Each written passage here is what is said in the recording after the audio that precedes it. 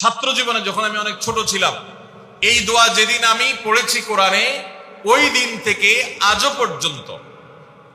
পর্যন্ত আমার মনে হয় না আমার জীবনে 2 মিনিটের কোনো দোয়াও যদি হয়, 1 মিনিটের দোয়াও যদি হয়, মুহূর্তের দোয়াও যদি হয়, আমি এই দোয়াটা কখনো মিস করি বলে, জ্ঞাতসারে মিস করি বলে আমার মনে পড়ে না।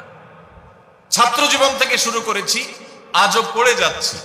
আলহামদুলিল্লাহ, আল্লাহর কাছে শুকরিয়া আদায় করে আপনাদেরকে বলতে পারি, এই দোয়ার সুফল আমি নিজের চোখে দেখেছি, আমি নিজে ভোগ করছি।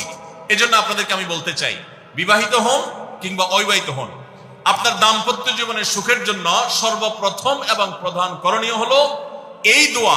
এর বাইরে আরো সাধারণভাবে আল্লাহ তাআলার কাছে দোয়া করতে থাকা, যেন আল্লাহ তাআলা আপনাকে এমন একজন জীবন সঙ্গী দেন।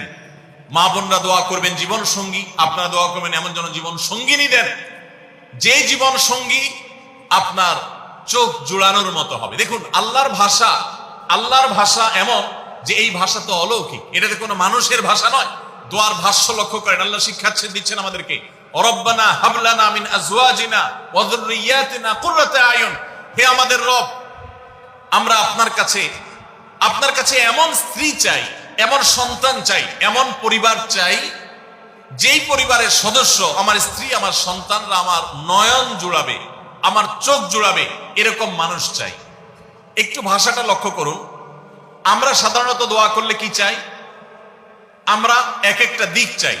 ধরুন, আপনার স্ত্রী মাশাআল্লাহ অনেক সুন্দরী, অপূর্ব সুন্দরী, তিনি আল্লাহ তাআলা তাকে অনেক রূপ লাবণ্য দিয়েছেন, কিন্তু তার যদি চরিত্রটা খারাপ হয়, তাহলে এই স্ত্রীকে আপনার নয়ন জুড়াবে, চোখ জুড়াবে, চক্ষু শীতলকারী হবে?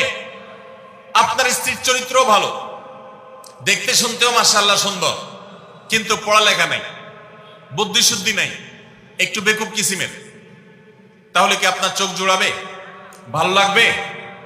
আপনার স্ত্রী শিক্ষা দীক্ষাও আছে, জ্ঞান গরিমায় মাশাআল্লাহ তিনি ভালো, রিচ, সমৃদ্ধ, আবার চেহারা সুন্দর, আবার তার মধ্যে তার চরিত্রের সমস্যা নেই, কিন্তু সমস্যা কি? সমস্যা ধরুন তার ভিতরে এমন রোগ আছে, শারীরিক রোগ, যেই রোগের কারণে আপনার জন্য সেটা বড় কঠিন পরিস্থিতির মুখোমুখি হতে হয়। ধরেন দুরারোগ্য কোনো ব্যাধি আছে, মরণ ব্যাধি আছে, এমন কোন রোগ আছে যেটার কারণে আপনাকেও সাফার করতে হয়, তাহলে এই স্ত্রী কি আপনার চোখ জুড়াবে? ঠিক একই কথা স্বামীর ক্ষেত্রে প্রযোজ্য, সন্তানের ক্ষেত্রে প্রযোজ্য। আল্লাহ তাআলা এমন একটা শব্দ শিক্ষা দিয়েছেন, দেখুন, আল্লাহর কাছে চাইতেও জানতে হয়।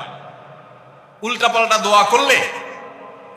দোয়া করলে দোয়া পূরণ হয়ে যাবে, কবুল হয়ে যাবে, কিন্তু আপনার